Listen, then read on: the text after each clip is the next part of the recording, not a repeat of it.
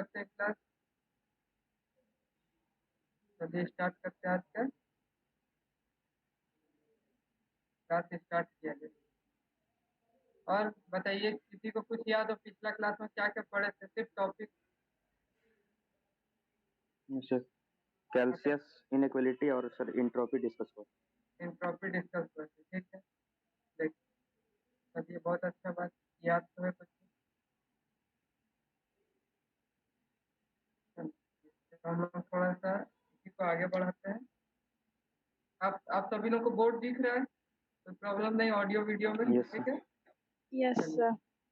चलिए, तो हम लोग क्या मतलब, देखिए आज न्यूमेरिकल हम लोग किस पे करेंगे? सेकेंड लॉ पे। फर्स्ट लॉ तक हम लोग कर लिए थे, न्यूमेरिकल होगा सेकेंड लॉ में। सेकेंड लॉ में क्या था देखिए, हम लोग का मेन चीज आज हम लोग न्यूमेरिकल करेंगे चीज, तीन चीज पे। एक है आपका हीट इंजन, ये सब चीज पढ़े हैं कि नहीं? रेफ्रिजरेटर और यस हीट सर। पंप, ये चीज पढ़े हैं ना? फॉर्मूला सबको याद है कि नहीं? हीट इंजन का एफिशिएंसी का फॉर्मूला क्या होता है, ये सब पता है ना? इन आउटपुट बाय इनपुट। ठीक है, जैसे ये हीट इंजन है, मान लीजिए यस सर। T1 है, T हायर है, T लोअर है। सबको पता है ना? लिखने का जरूरत नहीं है, बताइए। यस चलिए, तो फिर हम डायरेक्ट न्यूमेरिकल चालू स्टार्ट करते हैं, ठीक है। चलिए, दिख रहा है सबको? क्या क्वेश्चन है देखिए। A heat engine receives heat at the rate of 15 kg per minute and gives an output of 8.2 kilowatt. क्या क्या हम लोग को फाइंड करना? थर्मल इफिशिएंसी और रेट ऑफ हीट रिजेक्शन। बताइए, बना सकते हैं कि नहीं? देखिए क्या है, ये बोल रहा है कि एक हीट इंजन है। सिंपल क्वेश्चन है, कोई टफ नहीं है। ये हीट इंजन है, क्या देखिए, रिसीव हीट, ठीक है। मान लीजिए ये हायर सोर्स है और ये सिंक है।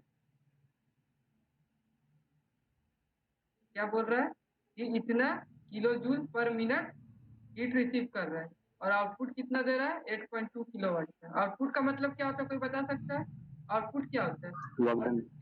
वर्क डन, ठीक है। ये वर्क डन कितना? 8.2 किलोवाट। और ये क्या है? रिसीव हीट, ये क्या होगा? ये क्या होगा बताइए तो? यहाँ पे इनपुट लिख सर। रहे कुछ, क्या होगा? Input sir. Q1 होगा कि Q2 Q1 होगा? कोई बता सकता है? Q1 sir. Q1। मगर ये Q1। देखिए, दोनों में यूनिट का डिफरेंस है कि नहीं? देखिए, एक किलो जूल पर यस मिनट है यस सर।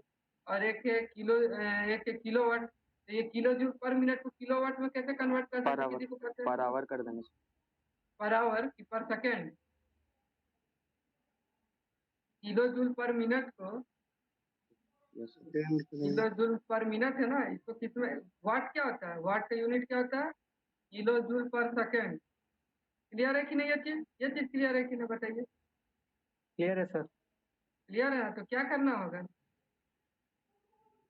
किलो जूल पर 60 से मिनट दिया डिवाइड। हुआ है, तो क्या करेंगे? इसको किलो 60 जूल से पर डिवाइड, मिनट।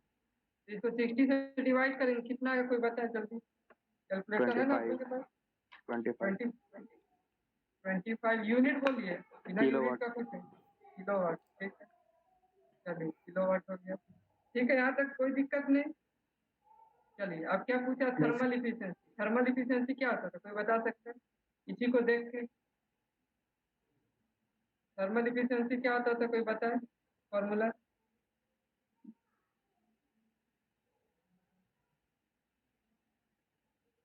थर्मल इफिशिएंसी बताइए, हीट इंजन का क्या होता था? Output by input sir. Output by input. तो आउटपुट क्या है यहाँ पर? इनपुट यस क्या है, सर। कोई बता? आउटपुट क्या है? डायग्राम को देख के बताइए, आउटपुट क्या आउटपुट है? 8.2 किलो। वर्क बाय Q1 है कि नहीं? ये फॉर्मूला आता है कि नहीं? वर्क क्या है? 8.2 किलोवाट और ये 25 किलोवाट, कितना होगा एफिशिएंसी?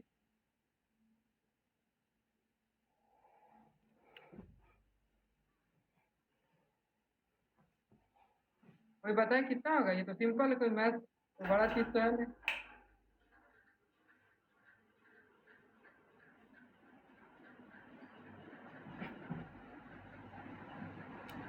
बताइए, इसका वैल्यू कितना होगा एफिशिएंसी का?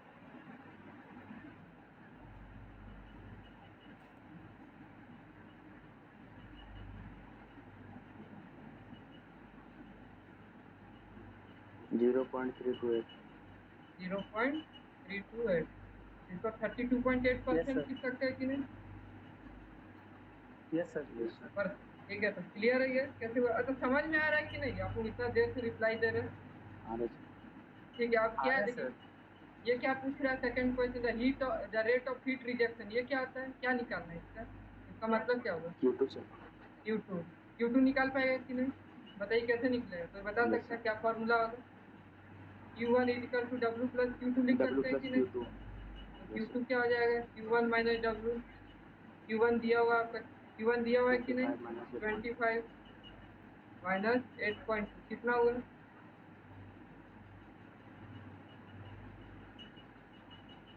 16.8 16.8 यूनिट बोल दिए देखिए, हमेशा कितना और बोलते Kilowatt. यूनिट बोला था, किलोवाट। ठीक है, क्लियर है कि नहीं? क्वेश्चन इतना तो कुछ डिफिकल्ट नहीं था। समझ में आ रहा है कि देखिए न्यूमेरिकल कैसे आता है हीट इंजन का? समझ में आ रहा है कि नहीं कैसे Yes, हुआ? चलिए, एक हो गया हीट इंजन का। हम लोग क्या पढ़ेंगे दूसरा? ये क्या है? रेफ्रिजरेटर। पढ़े कि नहीं? रेफ्रिजरेटर क्या होता है? Yes, sir. Yes, sir. क्या बोला है? Domestic food refrigerator maintains a temperature of -12 degree Celsius. The ambient air temperature is 35 degree Celsius. If heat leaks into the freezer at the continuous rate of 2 kilojoule per second, determine the least power necessary to pump this heat out continuously. देखिए क्या बोले, ये मेरा refrigerator. Refrigerator क्या काम करता है? कोई बताए जल्दी, क्या करता है? किसी को याद हो रेफ्रिजरेटर का क्या काम होता था? रेफ्रिजरेटर क्या काम करता था? देखिए, लोअर टेम्परेचर से Sir, lower हीट को, temperature, higher temperature. हाँ, लोअर टेम्परेचर से हीट को एक्सट्रैक्ट करके हायर टेम्परेचर पे रिलीज करता था। यही करता था कि नहीं? क्लियर है कि नहीं इसके? क्या हम बोल रहे हैं? Yes, sir. ठीक है, तो देखिए, -12 डिग्री सेल्सियस, हम लोग को पता ना कि हर एक डिग्री सेल्सियस को हम लोग किस में कन्वर्ट करते हैं? केल्विन पे। Kelvin. Kelvin. तो -12 डिग्री सेल्सियस का केल्विन कितना होगा? कोई बताए जल्दी।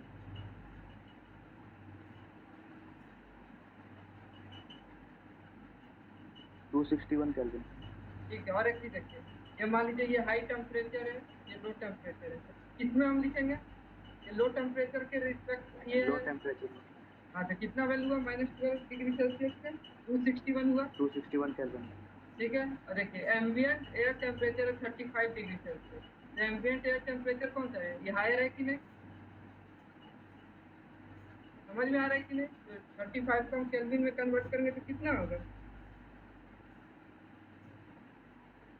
308 Kelvin. 308 केल्विन। क्लियर है कि नहीं? यहाँ तक देखिए, केल्विन लिख रहे हैं, Yes. कोई दिक्कत नहीं। ठीक है, अब देखिए, the heat leaks into the freezer. Freezer जानते हैं कि नहीं आप लोग? फ्रीज के अंदर एक फ्रीजर होता है कि नहीं, जिसमें Yes. आइस होता है, रहता सर। है? होता है ना, जिसमें आइस रहता है, कुछ कुछ Yes, sir. रहता है ना जिसमें आइस। क्या करते हैं? देखिए, हमको आइस, हमको यदि उसमें जमाना है तो क्या करेंगे? आइस से हम यदि वाटर हम उसमें डालें, वाटर से हमको हीट बाहर रिलीज करना होगा ना, तब ना जाके आइस Yes, में sir. कन्वर्ट होगा कि नहीं होगा? तो ये बोल Yes, रहा है sir. कि if heat leaks into the freezer, बोल रहा है तुम्हारे जो मेरे ये फ्रीज है, ठीक है, इसके अंदर ऊपर में फ्रीजर होता है कि नहीं? यहाँ पे देखे होंगे आप लोग। Yes. ये बोल रहा है कि फ्रीजर में क्या हो रहा है कि इतना हीट कंटिन्यूअसली इसके अंदर जा रहा है। ठीक है, तो अब इतना हीट हम जा रहा है, तो इसको निकालना पड़ेगा कि नहीं, इसको ठंडा रखने के लिए? मान लीजिए हम, जैसे मान लीजिए हम बार बार दरवाजा खोल रहे थे, तो कुछ हीट जाएगा कि नहीं जाएगा अंदर? मान लीजिए हम फ्रीज का जब दरवाजा खोलेंगे, बाहर से हीट आएगा, ये क्या होगा? इसको गर्म करेगा कि नहीं फ्रीजर को? अब फ्रीजर को ठंडा रखने के लिए क्या करना होगा? इसमें से हीट बाहर रिलीज करना होगा। वही बोल रहा है कि heat leaks into the freezer. मान लीजिए यहाँ से दरवाजा खुला, फ्रीजर में हीट चला गया, इतना कितना? 2 किलो जूल पर सेकेंड। इसको हम 2 किलोवाट लिख सकते हैं कि नहीं? सेम चीज है कि नहीं, किलो जूल Yes, पर sir. सेकेंड। तो बोल रहा है कि इतना हीट फ्रीजर में चल जा रहा है, अब हमको ठंडा रखना है, तो हमको क्या करना होगा? इतने हीट बाहर निकालना पड़ेगा कि नहीं? समझ में आ रहा है कि नहीं हम क्या बोल रहे हैं? Yes, यदि sir. हमको इतना ठंडा Yes, sir. रखना है तो इसमें हीट निकालना पड़ेगा। तो हीट देखिए, फ्रीजर क्या लोअर टेम्परेचर में रहता है कि हायर टेम्परेचर में रहता Lower. है? लोअर में। तो क्या होगा? देखिए, इतना हमको हीट निकालना पड़ेगा कि नहीं? देखिए, इतने टेम्परेचर से हमको हीट निकाल रहे हैं कि नहीं, दिख रहा है कि नहीं? देखिए, समझ में आ रहा है ये कैसा है? 2 किलोवाट। ये मेरा फ्रीजर हुआ, Yes, ठीक है। sir. देखिए, ये फ्रीजर है और ये क्या हमारा एटमोस्फेयर। क्लियर है कि नहीं? Yes. बताइए क्लियर है कि नहीं आता है? अब देखिए क्या पूछ रहा है, determine the least power necessary to pump this heat after two. Power का मतलब क्या निकालना है हमको, तो बता सकते पावर क्या है? पावर मतलब क्या होता है? वर्क, वर्क होता है ना, वर्क डन। Yes. देखिए देखिए मान लीजिए इसको पी हम लिख रहे हैं, क्या इसको हमको बाहर फेंकने के लिए कुछ पावर देना पड़ेगा कि नहीं देना पड़ेगा? कुछ वर्क देना करना पड़ेगा पड़ेगा कि नहीं? तो हमको निकालना क्या कि कितना लिस्ट पावर हम दे इसको, कम से कम कि ये काम कर जाए। इसका आपको देखिए इसमें हम लोग क्या निकालते थे, सीओपी निकालते थे कि नहीं, या फिर इसके एफिशिएंसी बोलते थे। इसका कोई फॉर्मूला बता सकता है? जैसे इसका फॉर्मूला क्या है? इसका Q1 मतलब by क्या है? QH minus QA. Q2 क्या by होता है? Q1 मान लीजिए इसको हम मानते हैं Q1, ठीक है, इसको मानते हैं Q2, ये P है। कोई बताए आप फॉर्मूला क्या होगा? Q1 Q1 by Q2 minus Q2 Q1 minus Q1. Q1 by Q2 minus. Q2 minus Q1. Clear है ये चीज? ठीक है, yes sir यहाँ तक क्लियर है, ठीक है। मगर ये देखिए हम लोग क्या बोले थे कि यदि मेरे पास ये कारनोट है, लीस्ट पावर का मतलब क्या होगा, ये हाईली इफिशिएंट होगा। जब मेरा इफिशियंसी मैक्सिमम होगा तब ना हमको कम पावर का जरूरत पड़ेगा। Yes. ये क्लियर हो रहा है कि नहीं? तो इसको हम क्या, इसको टेम्परेचर के टर्म में भी लिख सकते हैं कि नहीं? Yes sir. yes sir इसका टेम्परेचर क्या होगा, Q1 है तो यहाँ पे क्या होगा, TL. TL। TL by TH TL minus TH. ठीक है, इसको क्या लिख सकते हैं, और एक चीज क्या होता है, सीओपी को क्या लिख सकते हैं, आउटपुट। बता देखिए आउटपुट अपॉन इनपुट। आउटपुट क्या होता था, आउटपुट यहाँ पे क्या Q1 है कि नहीं, और इनपुट क्या पावर है कि नहीं, समझ में आ रहा है? yes ये sir तो इसी से आता था ना, Q1 बाई P। क्लियर है कि नहीं, ये फॉर्मूला कैसे आ रहा है? Yes sir. yes ठीक है, तो क्या देखिए yes sir मेरे पास ये दिया हुआ है कि नहीं, ये दिया हुआ है कि नहीं, ये दिया हुआ है कि नहीं, और ये भी दिया हुआ है। हमको क्या निकालने बोल रहा है, पावर निकालने बोल रहा है ना। क्या लिखेंगे, देखिए TL 261 बाई 308। समझ में आ रहा है हम क्या क्या कर रहे हैं? देखिए इक्वल टू क्या लिखेंगे, Q1 का वैल्यू कितना है 2 किलोवाट, और यहाँ पे पावर, पावर निकल जाएगा कि नहीं, बताइए yes sir चलिए जल्दी बताइए। Yes. 5.58 आया 5.58। 58 yes sir देखें और किसी का है कि नहीं। 0.77 बताइए, सबका अलग अलग आ रहा है, मतलब वही बोल रहे हैं, कम से कम सबका एक तो आना चाहिए।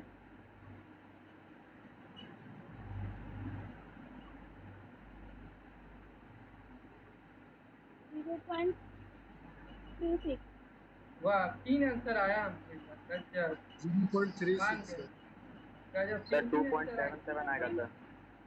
2.77। अच्छा, अब लगता है हम ही को करना है, एक सेकंड हमको देख लीजिए। 0.36 आया था। yes sir 0.36 ऐसा मत करिए, समझ रहे हैं, इतना भी मत करिए कि मैथ, सिंपल मैथ ना हो पाए। final answer है 0.3601 0.36 किलोवाट, ठीक है, समझ में आया? yes sir यही आया देखिए जो भी yes sir गलत यही कर आया रहा है उसका कैलकुलेशन मिस्टेक हो रहा है। देखिए कोई बड़ा तो मैथ नहीं है, देखिए ये आप लोग नहीं कर सकते, बताइए तो, ये कितना सिंपल चीज है, तो 1 by समझ में P आ आया? रहा था उतना sir.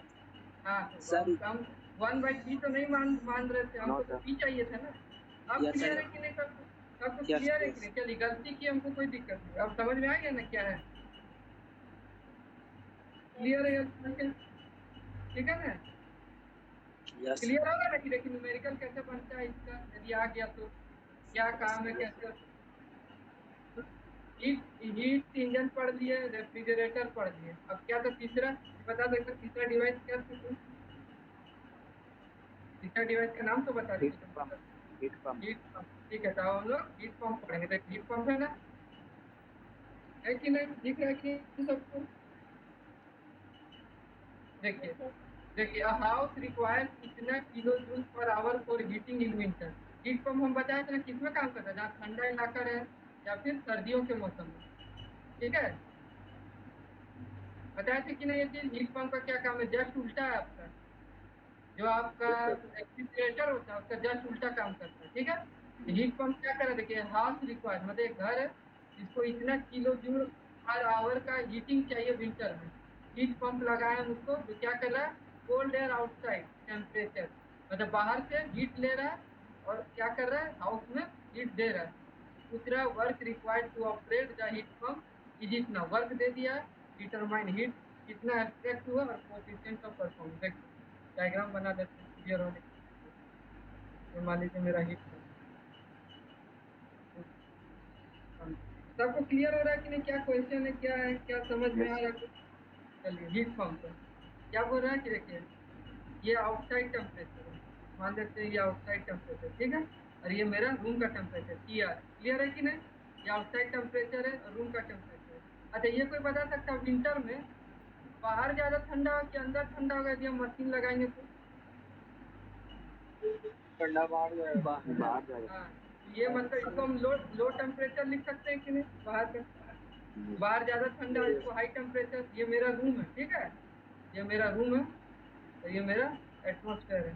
क्या पूरा देखिए, ये करता क्या, एटमॉस्फेयर से हीट लेता है, कोल्ड टेम्परेचर से हीट लेता है, फिर हमको इसमें कुछ वर्क देना पड़ता है और ये फिर रूम में जाके, समझ में आ रहा है कि नहीं? देखिए क्लियर है कि नहीं, क्या हो रहा है? ठीक है, यहाँ तक क्लियर होगा। देखिए अब क्या बोला कि घर को इतना kilo joule heat, kilo joule per hour, इसको आगे हमको किस में कन्वर्ट करना होगा, किलो जूल पर आवर है तो पर सेकेंड में। कैसे कन्वर्ट होगा, क्या करना होगा कि किलो जूल पर सेकेंड में आ जाए? 3600 से करना होगा कि नहीं? Yes sir. चलिए बताइए, इतना जल्दी बताइए एकदम। 55.55 55.55 किलोवाट, क्लियर है कि नहीं? सबका आ रहा है कि नहीं? देखिए हम देख ही नहीं रहे, तो आप ही लोगों के भरोसे हैं, ठीक है। चलिए क्लियर है यहाँ तक। Heat pump is use to absorb heat from cold air outside of winter, work required to, ठीक है, वर्क वर्क देखिए ये वाला वैल्यू, ठीक है, वर्क रिक्वायर्ड कितना है, 3 × 10⁴ किलो जूल पर आवर, इसको भी कन्वर्ट करेंगे। चलिए बताइए कितना होगा किलोवाट में?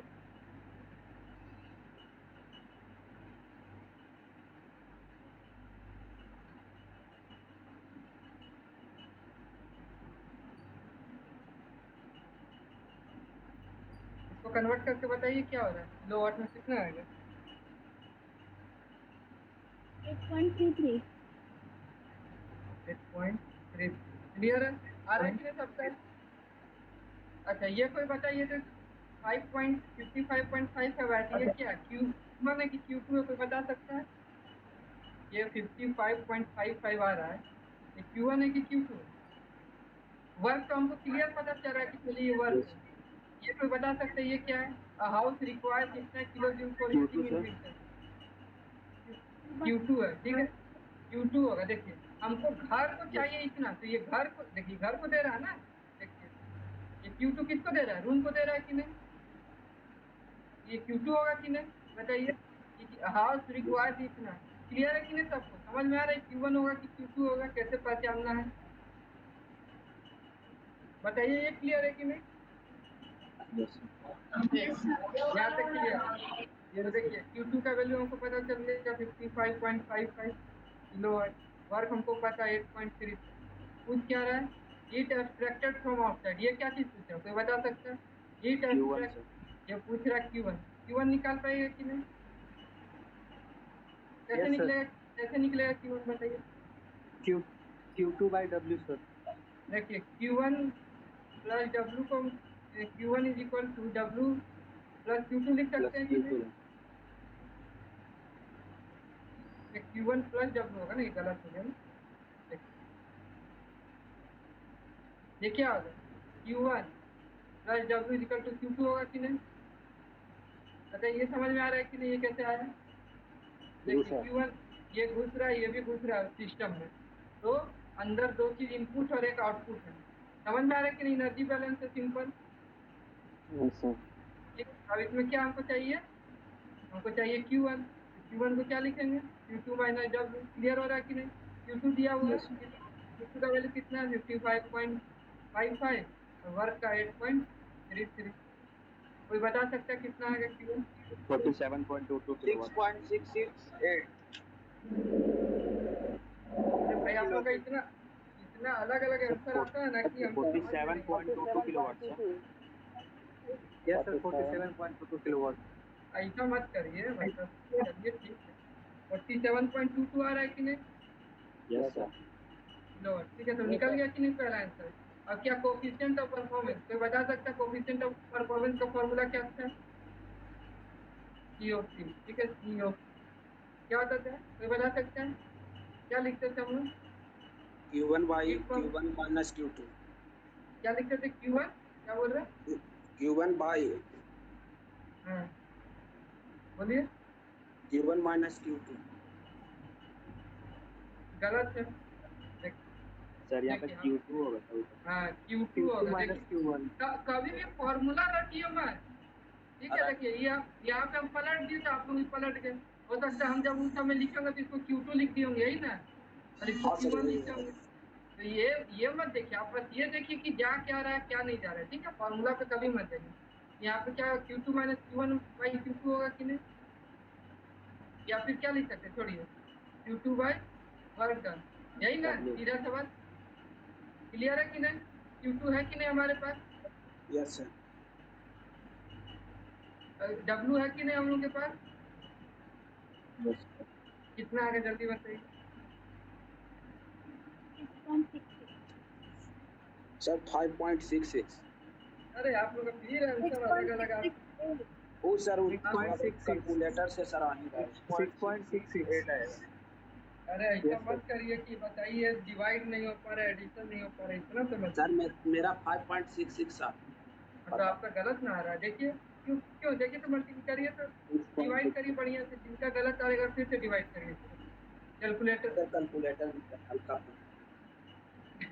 अच्छा ये क्लियर है कि नहीं, यही आ रहा है कि नहीं 8 6 सबका? 48 plus 2. Yes sir. Yes sir. ठीक है, ये तो देखिए मुंह जवानी भी किया जा सकता है कि 6 से ऊपर ही होगा कि नहीं, 8 इंटू 6 48 Yes sir. उससे ऊपर ही होगा ना। ठीक है, क्लियर है कि नहीं? क्वेश्चन कैसे बनता है तो हम लोग क्या तीनों डिस्कस किए कि नहीं यार, तीन न्यूमेरिकल टाइप पे। कौन कौन टॉपिक पे देखिए, हीट इंजन का बना है एक न्यूमेरिकल, एक रेफ्रिजरेटर का बना है, और एक हीट पंप। क्लियर है कि नहीं कैसे क्या होता है, कैसे बनाना है न्यूमेरिकल, आएगा तो ठीक है ना। Yes. क्लियर है कि नहीं Yes, sir. सबको? Clear sir. सर वो 6.66 जो आया वो किलोवाट में आया है।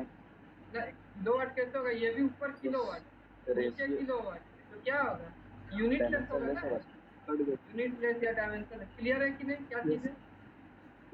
Yes sir. समझ में आया ना। चलिए कोई बात नहीं। हाँ। चलिए तो आगे हम लोग बढ़ते हैं। हम लोग का नेक्स्ट टॉपिक क्या हम लोग पढ़ रहे थे पिछला क्लास में, क्या पढ़ रहे थे बताइए। हाँ इंट्रोपी स्टार्ट होता है। कोई इंट्रोपी बता सकता है क्या होता है, कोई डिफाइन कर सकता है इंट्रोपी क्या था? Degree Degree of of randomness randomness sir. Of degree of disorderness. Freedom. ठीक है क्लियर है कि नहीं आता क्या था, क्या होता है, क्यों हम लोग निकाल रहे हैं। चलिए फिर हम लोग बोले थे कि क्या क्लोज सिस्टम का पढ़ेंगे, ओपन सिस्टम का पढ़ेंगे, जैसे हम लोग बाकी सब में किया जाता है। ठीक है, इसको हम लोग नोटेशन इसका क्या होता है, जैसे हम लोग कैसे हीट को, हाँ हीट को जैसे क्यू में लिखते हैं, वर्क को W में लिखते हैं, तो इसको किस में लिखते हैं, S में। ठीक है, क्लियर है कि नहीं सब चीज? इंट्रोपी का एस होता है। ठीक है, चलिए यहाँ तक देखिए। और एक फिर हम लोग पढ़े थे इंट्रोपी प्रिंसिपल, कोई बता सकते हैं इंट्रोपी प्रिंसिपल क्या था? Yes sir. Entropy of universe is non negative. हाँ देखिए, delta of universe greater than equal to 0। ठीक है, ये था ना कि था कि नहीं। यूनिवर्स को क्या लिख सकते हैं हम, मान लीजिए ऐसे लिख सकते हैं, DS of system, DS of yes surrounding, surrounding. लिख सकते हैं कि नहीं, कि क्या है greater than equal to 0। Same चीज है कि नहीं, दोनों सेम चीज है ना। यस। चलिए यहाँ से देखिए, आज हम लोग स्टार्ट करते हैं। देखिए इसको, इसका फॉर्मूला क्या होता है, ठीक है, डीएस इक्वल टू होता क्या, देखिए यहाँ पे हम लोग यहाँ तक हो गया हम लोग को। देखिए आप इंट्रोपी हम लोग पढ़ लीजिए, होता क्या है क्या नहीं होता है, कैसे होता है। चलिए तो आगे हम लोग बढ़ते हैं। इंट्रोपी आता कहाँ से, देखिए इंट्रोपी जो होता है, ठीक है, इंट्रोपी जो होता है आपका, ये दो चीजों से मिल के बना हुआ है, IIR plus DS of ES. IIR क्या है, इंटरनल रिवर्सिबिलिटी, ठीक है।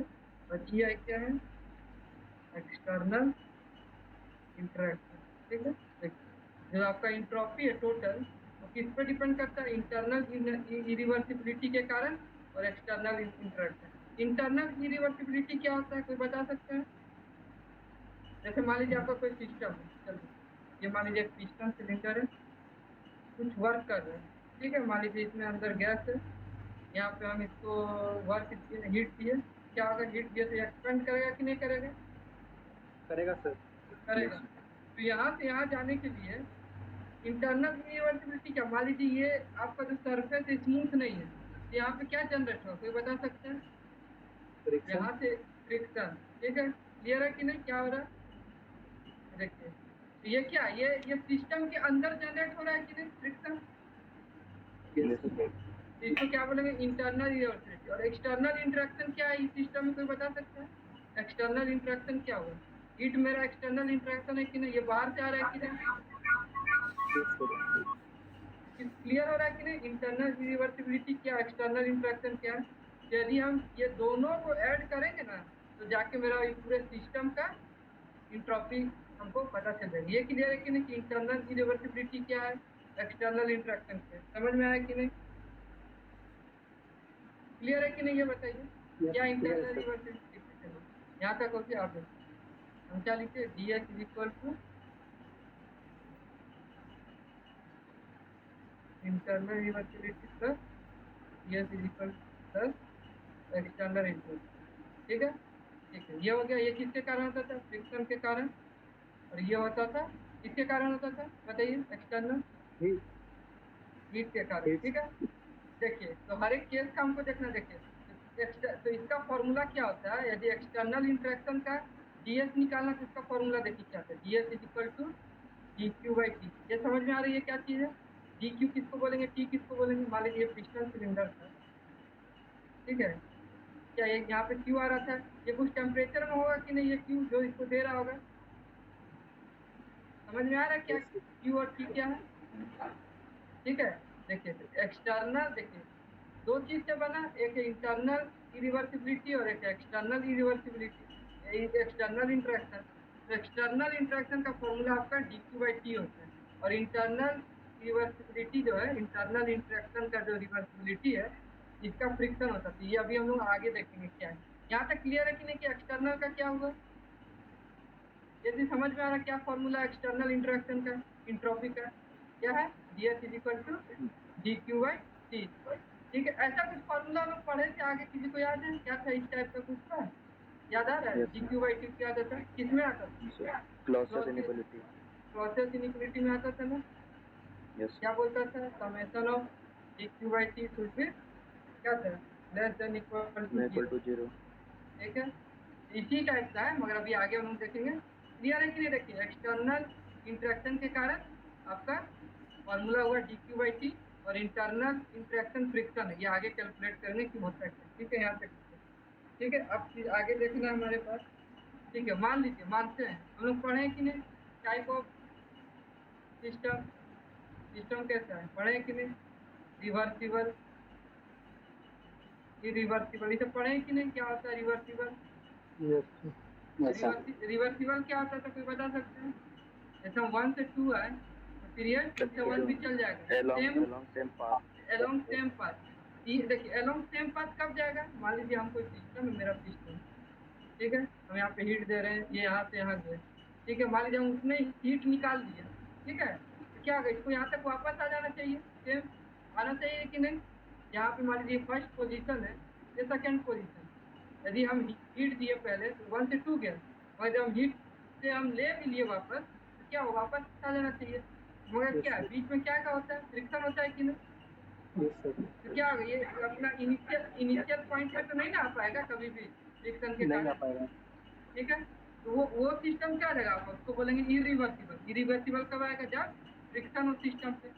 समझ में आ रहा है कि नहीं, इरिवर्सिबल कब होता है? और मान लीजिए कि हम लोग एज्यूम करते हैं, ये क्या आइडियल केस है कि नहीं, मान लीजिए हम लोग बोले कि नहीं ये स्मूथ है, कोई फ्रिक्शन नहीं है, तो क्या होगा, 2 से जब वापस जाएगा तो 1 पे वापस आ जाएगा, वही सेम पाथ, उसको बोलेंगे रिवर्सिबल। क्लियर है कि नहीं, क्या ये बात हो रहा है? रिवर्सिबल क्या, इरिवर्सिबल कैसे हुआ? क्लियर है कि नहीं ये बताइए। Yes sir. Yes, sir. तो देखिए डीएस हम लोग अभी क्या पढ़े थे, DS by IIR, DS by external interaction. ये IIR क्या था, इंटरनल इरिवर्सिबिलिटी। इरिवर्सिबिलिटी। मान लीजिए फर्स्ट केस हम बोले कि प्रोसेस इज रिवर्सिबल, इसका मतलब क्या है, इसका वैल्यू 0 हो जाएगा कि नहीं हो जाएगा? क्योंकि क्या इसमें इंटरनल रिवर्सिबिलिटी तो हुआ नहीं, क्योंकि क्या फ्रिक्शन तो है नहीं। समझ में आ रहा है कि नहीं क्या हम बोल रहे हैं? यदि मेरा प्रोसेस रिवर्सिबल है तो इंटरनल इंटरेक्शन के कारण जो रिवर्सिबिलिटी होता था वो 0 हो जाएगा कि नहीं? क्योंकि ये किससे होता था, ये फ्रिक्शन के कारण होता था कि नहीं? अभी पहले पढ़ा है आप लोगों को, ये किसके कारण होता था, फ्रिक्शन के कारण। और रिवर्सिबल प्रोसेस में क्या होता है, फ्रिक्शन नहीं होता है, इसको फ्रिक्शन लेस भी लिख सकते हैं कि नहीं? समझ में आ रहा है कि नहीं हम क्या बोल रहे हैं? Yes sir. ठीक है, तो ये क्या हो जाएगा, ये तो 0 हो जाएगा। एक्सटर्नल इंटरेक्शन तो हो ही रहा है, इसका फॉर्मूला क्या होता था, Q/T। क्लियर है कि नहीं? बताइए समझ में आ रहा है कि नहीं क्या हम बोल रहे हैं? तो ठीक है, जब प्रोसेस रिवर्सिबल होगा तो डीएस का फॉर्मूला क्या आ जाएगा, Q by 0 T। Plus Q/T हो जाएगा कि नहीं? यदि प्रोसेस रिवर्सिबल होगा, याद रखिएगा जब प्रोसेस रिवर्सिबल होगा तब इसका फॉर्मूला Q/T। क्लियर है कि नहीं? क्या हम लिखेंगे, पूछ लेगा आपको एक सिस्टम है जो रिवर्सिबल है उसमें हम इतना हीट दे रहे हैं सिस्टम में, ठीक है। और इसमें भी देखिए जो Q है इसको क्या साइन कन्वेंशन के हिसाब से चलेंगे, समझते ना साइन कन्वेंशन। यदि हम सिस्टम में हीट दे रहे हैं तो क्या होगा, पॉजिटिव होगा कि नेगेटिव होगा, Q का वैल्यू पॉजिटिव होगा। पॉजिटिव का मतलब क्या होगा कि ये जो डीएस है चेंज इन इंट्रोपी पॉजिटिव होगा, यही ना? इसका मतलब क्या हुआ, Yes, sir. डीएस का मतलब क्या, मान लीजिए S2 - S1, यही ना हुआ पॉजिटिव, यही होगा। डीएस का मतलब क्या, फाइनल माइनस इनिशियल, तो S2 = S1 + पॉजिटिव वैल्यू आएगा। क्लियर है कि नहीं क्या हम बोल रहे हैं? ये समझ में आ रहा है कि हम क्या बोल रहे हैं? डीएस मतलब क्या होता है, चेंज होता है ना, S2 - S1 लिख सकते हैं। इसका मतलब क्या है, देखिए S2 मतलब क्या कि फाइनल इंट्रोपी आपका इंक्रीज हुआ है, यही ना? इसका मतलब क्या है कि इंट्रोपी इंक्रीज करने का मतलब क्या होता है कि रैंडमनेस बढ़ना है। इंट्रोपी क्या था, डिग्री ऑफ रैंडमनेस था कि नहीं? इसका मतलब क्या है जी, मेरा फाइनल इंट्रोपी तो बढ़ेगा ही, क्योंकि क्या है कुछ पॉजिटिव है, इनिशियल में कुछ हम पॉजिटिव ऐड करेंगे तो इसका वैल्यू ज्यादा होगा कि नहीं S1 से, मतलब S2 > S1 है कि नहीं, बताइए। Yes sir. क्या है इसका मतलब, रैंडमनेस बढ़ा। इसका मतलब क्या कि पूरा जो प्रोसेस है उसमें आपका रैंडमनेस बढ़ गया। तो दिख भी रहा है, यदि हम कोई सिस्टम में हीट हम दे देंगे तो उसका मॉलिक्यूल क्या होगा, रैंडमनेस उसमें बढ़ेगा कि नहीं, छटपटाएगा कि नहीं, ज्यादा भागने की कोशिश करेगा कि नहीं? समझ में आ रहा है कि नहीं? देखिए अब वही हम मान लीजिए मेरा सिस्टम से हीट निकल रहा है, ठीक है, तो क्या आ जाएगा, क्यू का वैल्यू नेगेटिव हो जाता है ना, तो क्या आ जाएगा, -Q/T।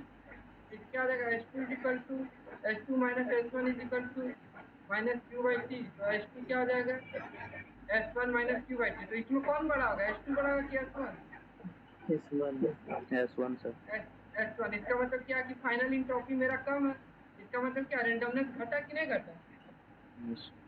दिख भी रहा है, यदि हम कोई सिस्टम से हीट कर लेंगे, निकाल लेंगे सिस्टम से हीट, तो क्या होगा, ये जो मॉलिक्यूल है वो शांत हो जाएगा कि नहीं हो जाएगा? थोड़ा यस। क्लियर हो रहा है कि हम क्या क्या बोल रहे हैं? ऐसा तो नहीं कि हवा में जा रहा है, बताइए। लेकिन देखिए थोड़ा टफ है मगर करना पड़ेगा, कोई बात नहीं। तो हम लोग क्या पढ़े, देखिए इसमें केस 1 क्या था, जब हम लोग हीट सप्लाई करते हैं, ठीक है, हीट सप्लाई मान लीजिए कोई सिस्टम है तो उसका फॉर्मूला क्या होगा, डीएस का, मान लीजिए dQ/T, डीएस है तो dQ/T, और क्या होगा, ये ग्रेटर देन 0 होगा कि नहीं, हीट सप्लाई करने को, कि पॉजिटिव है, समझ रहे हैं कि नहीं, ये ग्रेटर देन 0 यस होगा सर। ना। अब केस 2 हम आते मान लीजिए हीट रिजेक्टेड, क्या हो जाएगा, डीएस, ये भी dQ/T होगा मगर ये नेगेटिव हो जाएगा, लेस देन 0 हो जाएगा। क्लियर है कि नहीं? अब मान लीजिए मेरा केस 3 है, केस 3 मान लीजिए एडियाबेटिक प्रोसेस, क्या हो जाएगा, एडियाबेटिक प्रोसेस मुझे बता सकता है, डीएस dQ/T होता है। एडियाबेटिक प्रोसेस में क्या होता है, हीट इंटरेक्शन 0। इसका वैल्यू क्या आ जाएगा, 0 होगा कि नहीं होगा? इसका मतलब क्या हुआ कि H2 equal to H1, clear है कि नहीं? इसका मतलब इसमें कोई रेंडमनेस नहीं पड़ा है। और पता भी चल रहा है कि मान लीजिए मेरा कोई एक सिस्टम है, इसको हम चारों तरफ से इंसुलेट करते हैं, ठीक है, कोई हीट ना अंदर जा रहा ना बाहर जा रहा। तो मान लीजिए S1 था इनिशियल पॉइंट में, हम कुछ मान लीजिए 2 घंटे बाद देखते हैं तो क्या जो H2, मान लीजिए हम H2 कैलकुलेट, दोनों का वैल्यू सेम होगा कि नहीं? क्योंकि क्या कोई हीट ना बाहर जा रहा है ना कोई हीट अंदर आ रहा है। समझ रहे हैं कि नहीं?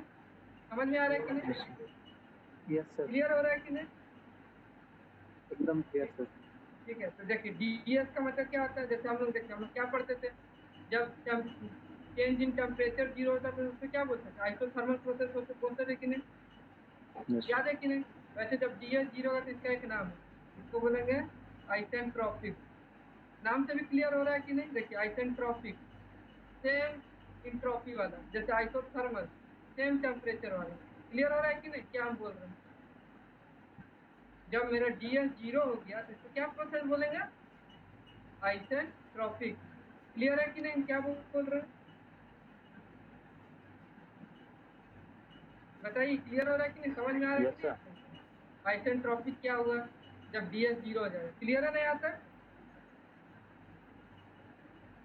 चलिए, Yes, तो sir.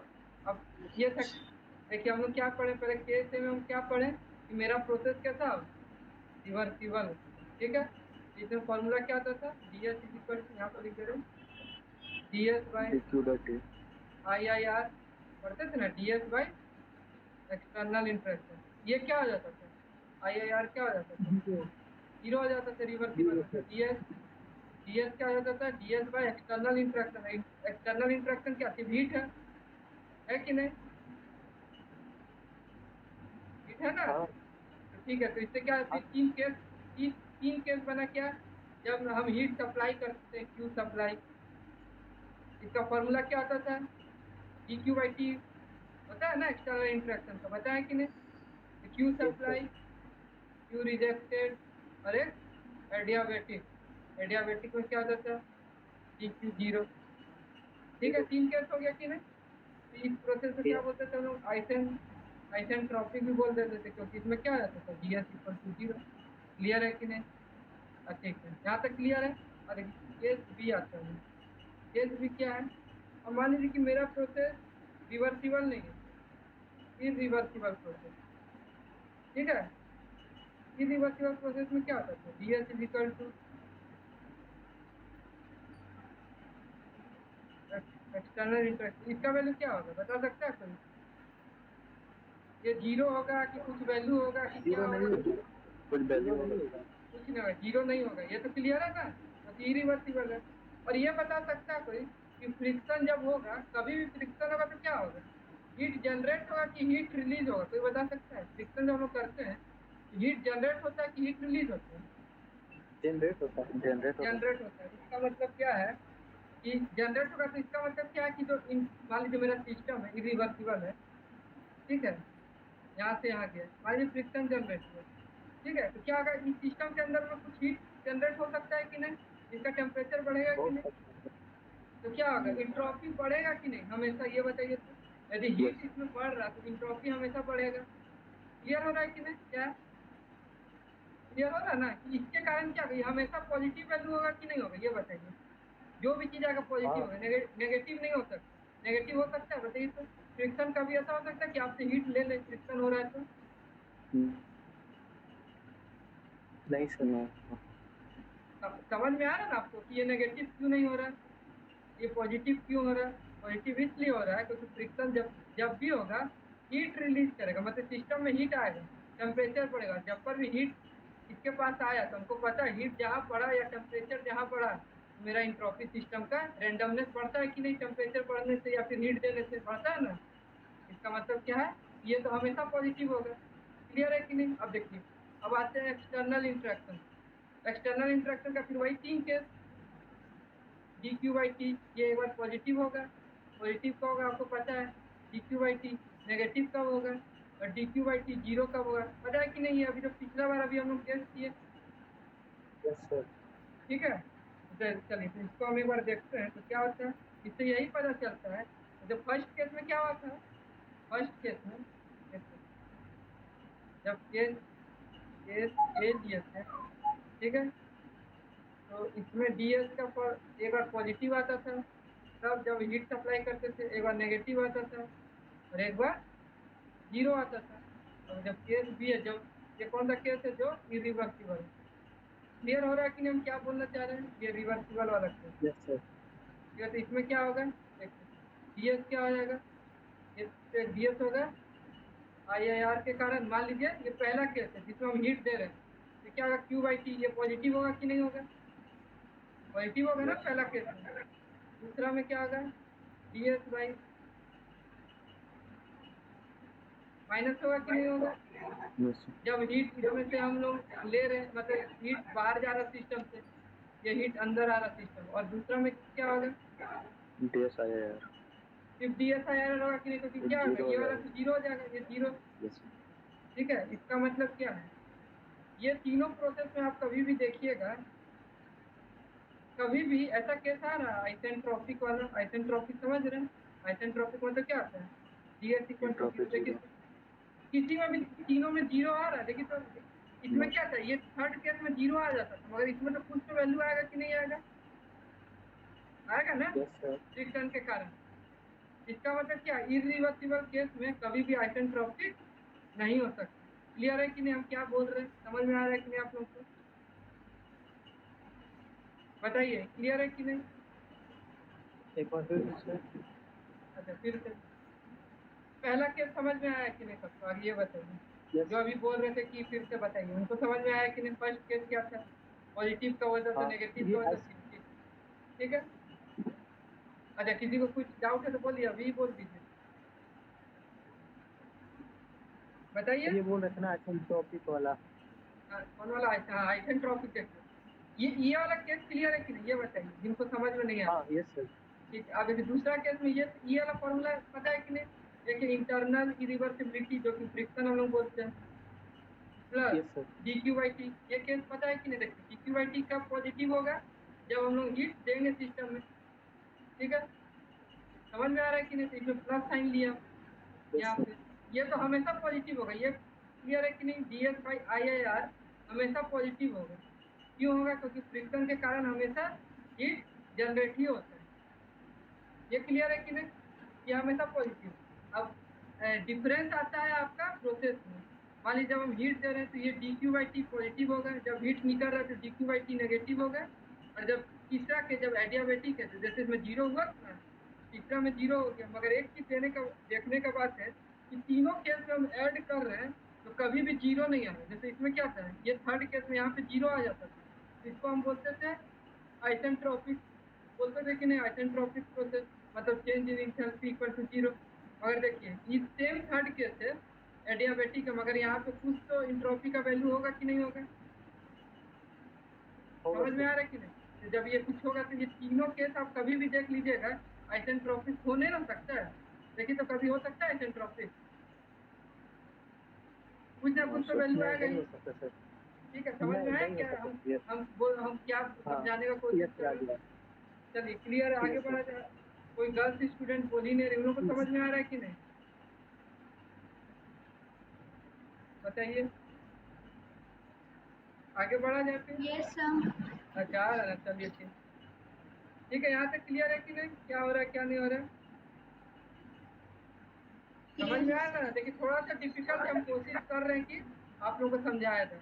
ठीक है, आखिरी में हल्का से रिवाइज कर देंगे, 5 मिनट बचा रहेगा तो। ठीक है, अब देखिए यहाँ तक क्लियर है। चलिए अब आगे हम लोग बढ़ते हैं। क्या है, देखिए एक इक्वेशन होता है, ये वाला आप लोगों को इक्वेशन पता है कि नहीं? ये वाला चीज पता है कि नहीं, बताइए तो। यस पता है। इसको हम लोग लिख सकते हैं कि नहीं, वर्क जब क्लोज सिस्टम में वर्क डन पीडी में लिखते हैं कि नहीं, वर्क डन को। ये फॉर्मूला पता है कि नहीं? yes ठीक है, अब देखिए हम लोग क्या पढ़े, ds is equal to dq/t पढ़ा है ना अभी तक। yes sir, yes sir. dq को हम लोग tds लिख सकते हैं। देखिए तो सिंपल मैथ है। yes sir, तो क्या ये dq के जगह पर हम ऐसे लिख सकते हैं? देखिए तो इसको यहाँ पे हम कर दिए। क्लियर है कि नहीं, कैसे आ रही है सब चीज? इक्वेशन 1 बताइए, ये समझ में आया कि नहीं, ये कैसे आया? यस अच्छा, और एक चीज हम लोग ये पढ़े थे कि नहीं, H is equal to U plus P, किसी को याद है एच क्या होता है, यू क्या होता है, कोई बता सकते हैं? Enthalpy, enthalpy. यू क्या होता है इंटरनल बताइए? Internal energy. ये वाला फॉर्मूला हम पढ़ा है कि नहीं, H is equal to U plus yes sir. P, पढ़ा है ना? चलिए यहाँ तक क्लियर है। तो हम क्या करेंगे, एच को हम क्या करें, डिफ्रेंशिएट कर रहे हैं। इसको हम ऐसे लिख सकते हैं कि नहीं, D V plus B D लिख सकते हैं कि नहीं? देखिए सर, डिफ्रेंशिएट कर रहे हैं तो क्लियर है कि नहीं यहाँ तक? ठीक है, यहाँ तक तो क्लियर होगा सबको। और अभी हमको क्या है, डी क्यू निकल to D U plus P D V. ये देखिए यहाँ से हम क्या करेंगे, डी एच की जगह पे ये जो डी क्यू है क्या करेंगे, देखिए D H is equal D Q की जगह पे टी डी एस हम लोग लिखे हुए हैं पहले। देखिए यहाँ पे क्या हो रहा है, डी क्यू इक्वल टू, यहाँ पे लिख दे रहा हूँ, समझ एक नेक्स्ट में दे रहा हूँ, समझ लो। ठीक है, देखिए H is equal plus D H is equal D H plus D D V plus B D. ठीक है, यहाँ तक क्लियर। अब यहाँ पे हम लिखते हैं D Q equal to D U plus D D V. ठीक है, और डी क्यू को हम इसको ऐसे लिख सकते हैं कि नहीं, D Q plus B D. क्या होगा, ये बता सकते हैं ये कैसे है, ये वाला इक्वेशन को क्या किया हम किया है?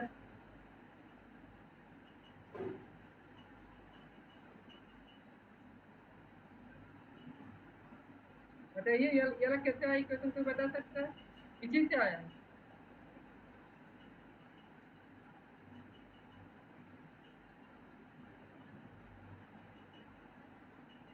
बताइए, कोई सोचिए कि कैसे आ रहा था, तो आप लोगों के दिमाग लगेगा तब ना सही लगेगा। बताइए,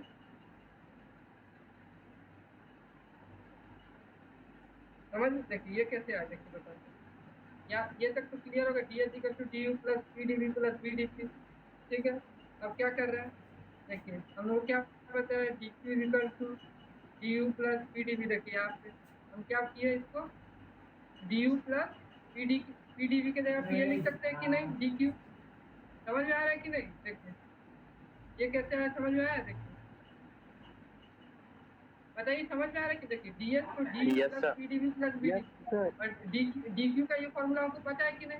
इसको हम यहाँ पे पुट कर दिए ये पूरे जगह पे, तो ये आ जाएगा कि नहीं आ जाएगा? बताइए, क्लियर है कि नहीं Yes, sir, आ कैसे आ रहा जाएगा। है? देखिए डी एच को अभी हम डी क्यू पढ़े थे पीछे, टी डी एस था कि नहीं, पढ़े थे कि नहीं पीछे? देखिए यहाँ पे Yes, sir. D Q equal to T D S था कि नहीं, इसको हम यहाँ पे पुट कर दिए T D S plus plus B D Q. Clear है कि नहीं? और इसको हम क्या लिख सकते हैं, इसको ऐसे लिख सकते हैं कि नहीं, D S minus B D. समझ में आ रहा है कि हम क्या कर रहे हैं? देखिए इक्वेशन 2 समझ में आ रहा है हम कैसे कैसे क्या रहा है? Yes. चलिए यहाँ तक तो क्लियर होगा,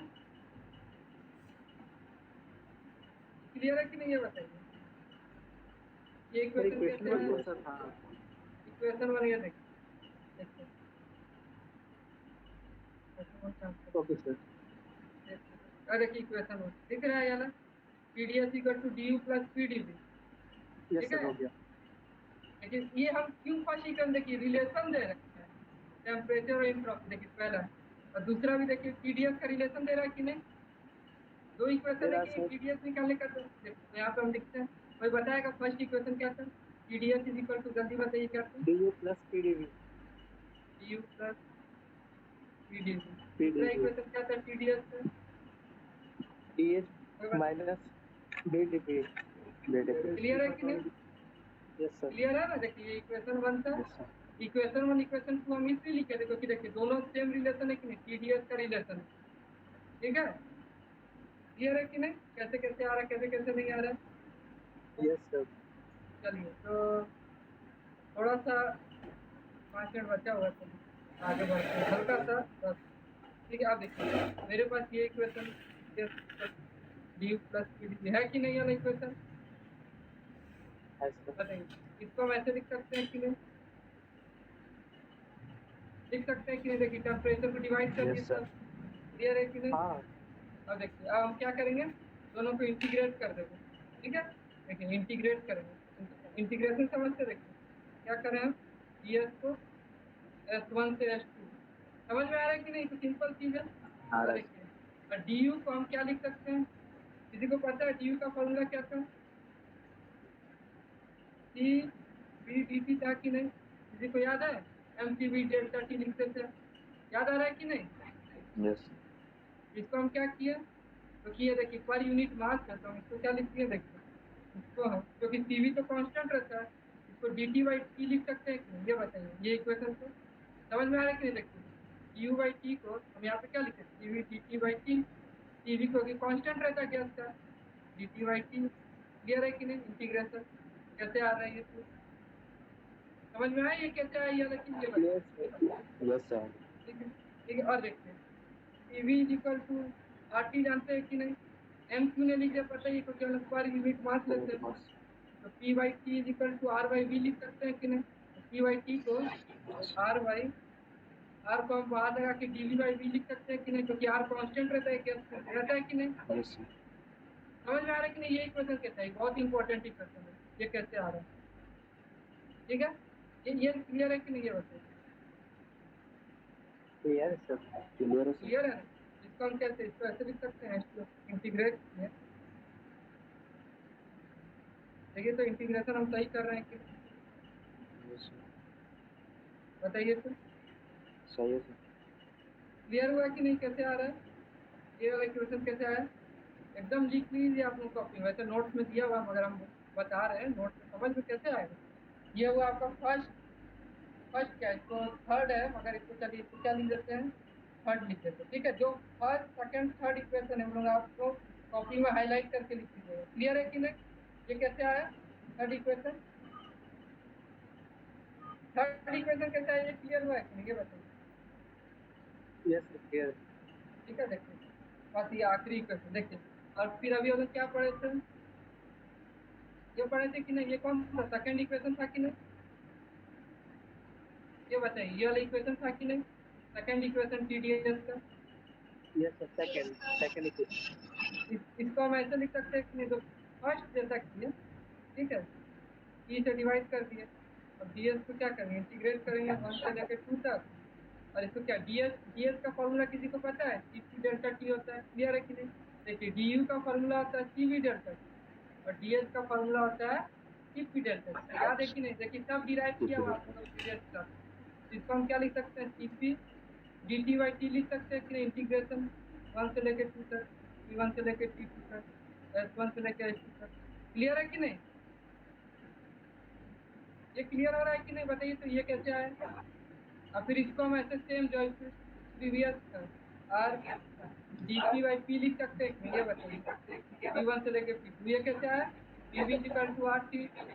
ठीक है, तो V बाई टी क्या होता है? सर DP बाई ये देखिए, ये इससे आया। क्लियर है कि नहीं? ये वाला कैसे आ रहा है? ये चीज यस क्लियर? आप देखिए, इसको जब हम इंटीग्रेट करेंगे इसको हम ऐसे लिख सकते हैं कि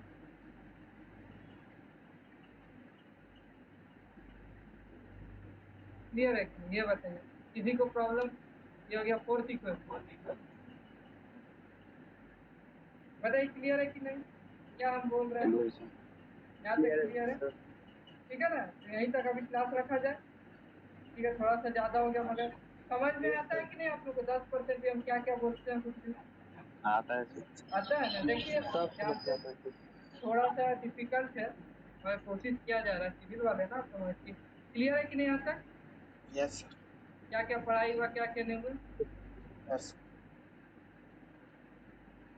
चलिए तो फिर क्लास आज यहीं पे एंड किया जाए। यस यस अब एंड तो नहीं है, मतलब 15 मिनट बाद फिर आप लोग का क्लास है।